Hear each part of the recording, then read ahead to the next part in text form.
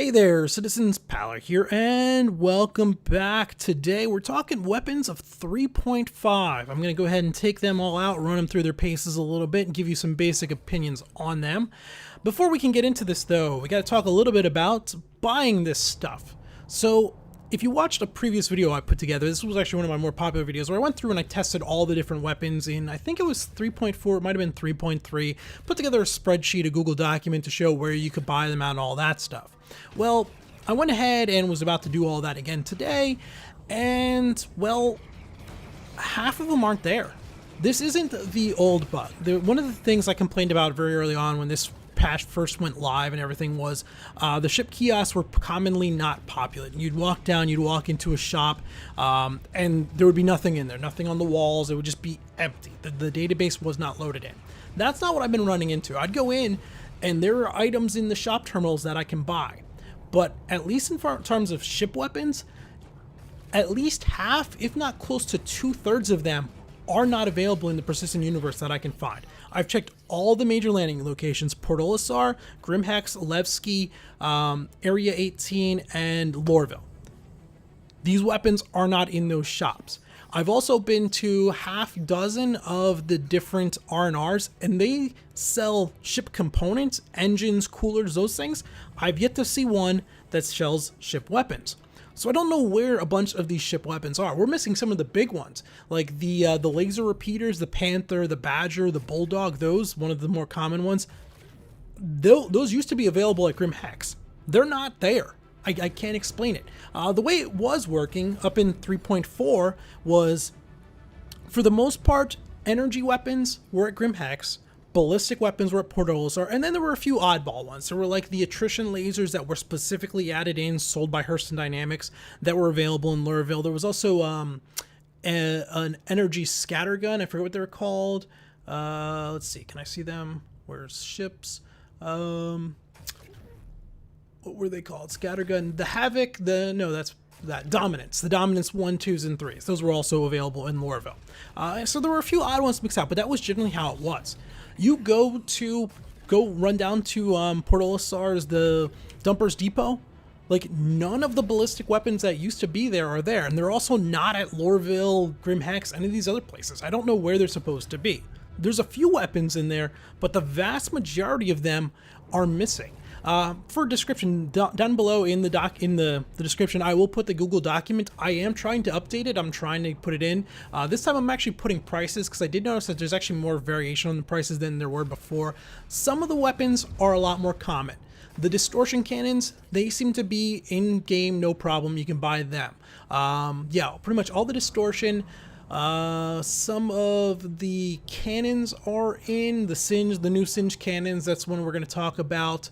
And then the Lorville specific stuff. But a lot of the older weapons, the M3As, the M4As, M7As, M6, the Obniski laser cannons, they're not there. I don't know. Let me know if you have better luck. Maybe I've just gotten on like 3 of the same bad server that's not there, but it seems like they screwed up their database and no one's really talking about it, which is kind of strange to me. Okay, that out of the way, we can now actually talk about the 3.5 weapons. So there were 3 added in. There was a ship weapon, there was an infantry primary weapon, and an infantry secondary weapon. The ship weapon is probably the most interesting out of all of these, although it's the one I'm going to use absolutely the least. And these are Singe Takiao cannons. Before this, we had one other cannon. We had a ballistic cannon, which was the Tarantula GT 870. It also came in an 870 Mark III, so size 2, size 3 ballistic cannon. I don't know if I've actually used it all that much. I think I have, but I can't remember much about it. Funny enough, this, according to the roadmap, was also updated. So they kind of reworked it to bring it in line with the Singe cannons with it, but I can't find anywhere to buy them to actually test them. Luckily, though, the Takiao cannons, the size 1s, 2s, and 3s are in game. You can buy them. Where did I find them at? They are available. Port Olisar has the size 1s and 3s. Grimhex has the size 2s. Levski's has the size 2s, size 3s. It's in the Google document in the description down below if you're trying to find that there. Unfortunately, though, these weapons are not that good. They really are quite bad. They went from being almost stupidly broken OP in the early stages of 3.5 when it was on the PTU, Evocati, first wave. Back then, it was really strong. It still had the same main base personality, and what that was slow rate of fire, extremely fast projectile travel speed. So outwards of 3.5-4 kilometers is their kind of max effective range. You have to almost lead a ship nothing at all. You can basically put your crosshair on that ship. If your crosshair's over it, you pull the trigger, it's going to hit. You don't have to chase the lead dot or anything like that. And this made hitting reliably with them very, very strong. To balance that out, you gave up rate of fire. They fired very slowly, about every 3.5 to 4 seconds. In my testing here over the last few days with these, what I basically came down to was in my head is I'd click and then I'd go 1, 2, 3, 4, click. Now that's kind of a fast, so that's why it's like 3 to 4 seconds in the count, but that was kind of the speed that with which I could put out a rate of fire on them. And you do have to click every single time. You can't just hold down and it won't just fire on cycle. It's not an auto cannon, it's a cannon that you have to press down. So it still maintains that slow rate of fire, very high projectile travel speed. What it's lost though is damage. They really neutered the damage on this thing. Before, you'd hit an Aurora, the first shot would just go through the shields, the second shot it was gone. Now it's 3 or 4 shots, which doesn't sound like that much, but they basically cut its damage in half. You know, it went from 2 shots to 4 shots to kill. You basically cut it in half, and it really tells, especially because you do have that very slow rate of fire. You've gone from killing a ship in about 8 seconds to killing it in 15 to 20 seconds. That gives them a lot more chance to escape, to roll, present different shields, just maneuver around, pass you by. It really changes that dynamic.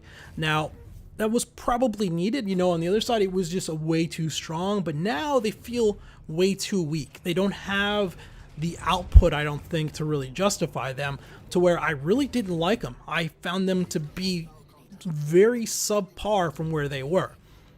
I mainly used the size 2s, just because I found the 300 was actually a very good test bed. I've been flying it recently thanks to the other videos. Had 3 size 3 turrets, so I could gimbal through 3 size 2s very easily and get out there reliably with it. Though these weapons would really work well for somebody using a HOTAS where you don't need to worry about the gimbals. You can use the maximum size because that's projectile speed. But even then, I don't think the damage output is going to be that good. Unfortunately, Hardpoint.io doesn't seem to know how to translate these. If you go over and you pull those weapons out and try to set up a loadout with them, it doesn't know the damage number. So I can't really compare them directly other than just through the field. Like I can feel they don't feel that good. I would have much prefer a laser repeater over these in pretty much every single situation. Beyond that, I did run into a weird bug. Now, I should preface this. It might not be a bug with these weapons. It could be a bug with the 300i, it could be a bug with Arena Commander, or it could be an actual issue with the weapons, or it might be the way it's supposed to work and I just have never run into this. You'll see in this footage what'll happen though is in the middle of combat, my power plant, I think, overheats and just shuts down. And this was something I've not really experienced before. I've had my engines overheat. That happened a lot, especially in early versions of 3.5. You're flying along, your engines overheat. What happens is you lose maneuverability, you lose thrust for 3 to 5 seconds, they come back online, you continue on. Wasn't a big deal, it was just kind of an annoyance. Had weapons overheat. That happens quite frequently. When the weapons overheat, they just stop shooting. You wait for them to cool down a little bit, and then you can shoot them again. That's not what's happening here. Like, the entire ship is powering off. We're losing everything. It's becoming just a drifting rock, and it's off for upwards of 10 seconds, and I'm never actually able to get them to turn back on before I hit the simulation boundary in Arena Commander and get destroyed. Now, is it a bug with the weapons? Is it a bug with the 300? Is it a bug with Arena Commander? Is it not a bug at all, and I'm actually overheating my core power plant? I don't know. I really can't say, but it was very, very strange, and it happened to me 2 or 3 times. I definitely, at least for Arena Commander, I would not take these weapons out. They're interesting. I love how easy they are to aim, but their damage combined with their power draw, yeah, it's just not there for me. The one area where I could see it maybe sort of working is in a ship with a lot of turrets. Not necessarily the Hammerhead, as they have a good field of fire, but actually not even a lot of turrets, but turrets without a good field of fire. Maybe that like the Cutlass Black or something, where you can't really aim too far forward because the turret itself's in your way. You can't really see, and along those lines where you got to kind of make the most out of your limited passes with your field of fire. Maybe something like that, these would work pretty well, but even then, I think that's a bit of a stretch. Let me know what you guys think. Maybe I just haven't tried them on the right ship. Maybe the sizes 3 are that much better than the sizes 2. It is possible, but I think they started out way too strong, and then in order to bring them in line, they probably overly nerfed them, it seems. They're going to need more balanced passes, probably, to bring them back up a little bit. Even if they just kind of improve their rate of fire, that would help a lot, I think. So that's the ship weapons. From there, we're going to go into actually what I found to be the most enjoyable weapon within 3.5, and that was the new sidearm, and that is the Coda Ballistic Pistol. So this is a 6-round revolver. Currently, you can get it at Levski. It also is in at least some of the R&Rs. I found it at CURL1. I imagine it's at a few others. I haven't had a chance to map it all out. But this is like I said, it's the 6-round revolver. This thing's really cool. It looks neat, it's well animated, it sounds good, and boy does it pack a punch. This will take a guy in full heavy armor out with 2 headshots. And the iron sights, they're not bad.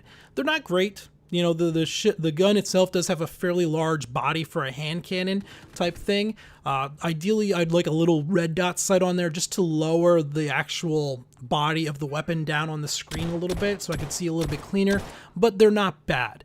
I took this out to Korea, ran around with it for a while, had a good time. About the only real flaw I found with this thing was simply the fact that you only got 6 rounds per spare reserve, right? So if you go out and you wanted to use it as a primary weapon, if you're wearing medium armor, you can carry 4 additional 6-shot rounds. So you get 24 rounds plus the 6 in, you're sitting at 32 rounds total. So you're limited in terms of that, whereas a lot of the other ballistic weapons, a magazine is holding, or I think the Arclight Energy Pistol, a magazine holds like 40 rounds. The other pistol, it's 16, I think. So they just have a lot more ammo overall, whereas this one, basically, after any real firefight where you take on 3 or 4 targets, you have to go in and change out the ammo on your armor because you're going to have used up a lot of your rounds for that. But yeah, I really like this thing. This thing's a lot of fun. It sounds good, looks cool. The reload's nice and fast. Other than the fact that, like, yeah, just 6 rounds in per reload slot kind of hinders your staying power in a firefight. I definitely, if I was going into something knowing I was going to be shooting at more than 4 targets, I wouldn't take it just because of that one thing. Other than that, though, like as a ship personal defense weapon, if you got to just take on 2 or 3 guys here or there, this thing's a lot of fun. I do definitely recommend it. The last weapon that was added into 3.5 was the S71 Ballistic Assault Rifle.